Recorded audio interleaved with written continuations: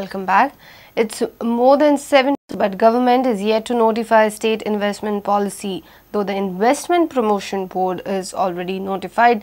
Government has assured to provide 50,000 government jobs through this policy.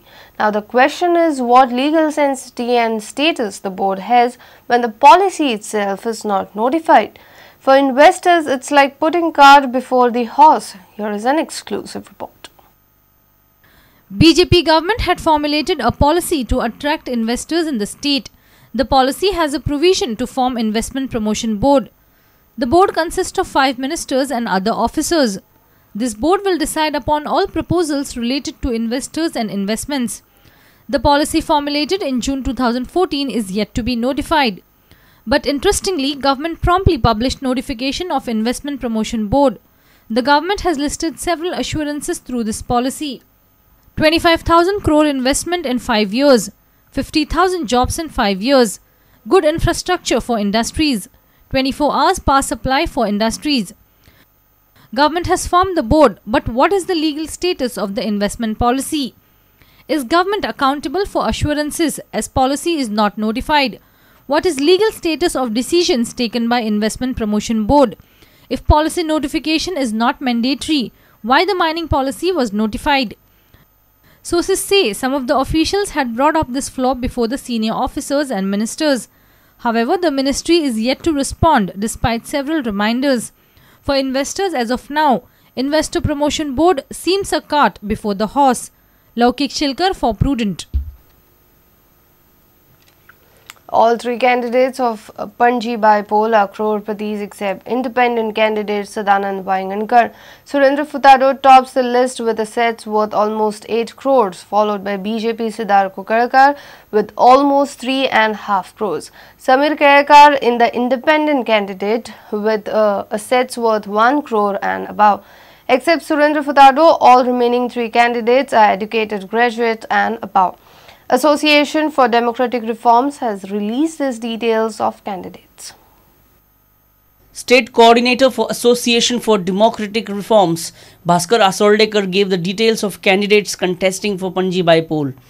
Surendra Furtado, contesting as Congress candidate, is 62 years old, educational qualification 12 standard.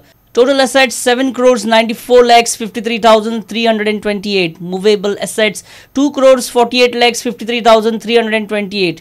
Immovable assets 5 crores 46 lakhs. Liabilities 2 lakhs 69,575. Candidate without criminal record.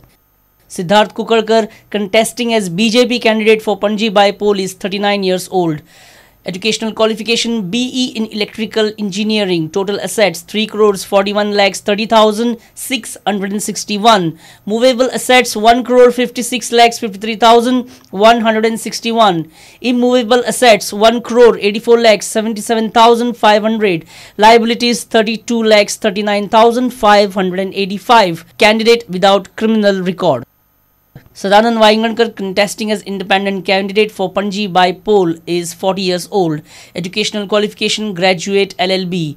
Total assets 90 lakhs 76,126. Movable assets 18 lakhs 73,326.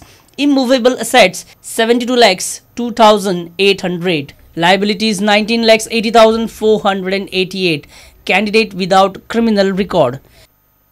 Samir Gurunath Kelekar, contesting as independent candidate for Panji Bypole, is 52 years old. Educational qualification doctorate in IT from Columbia University. Is unmarried and total assets comes to 1 crore 44 lakhs 77,242. 1 crore 44 lakhs 20,273. Immovable assets 56,969.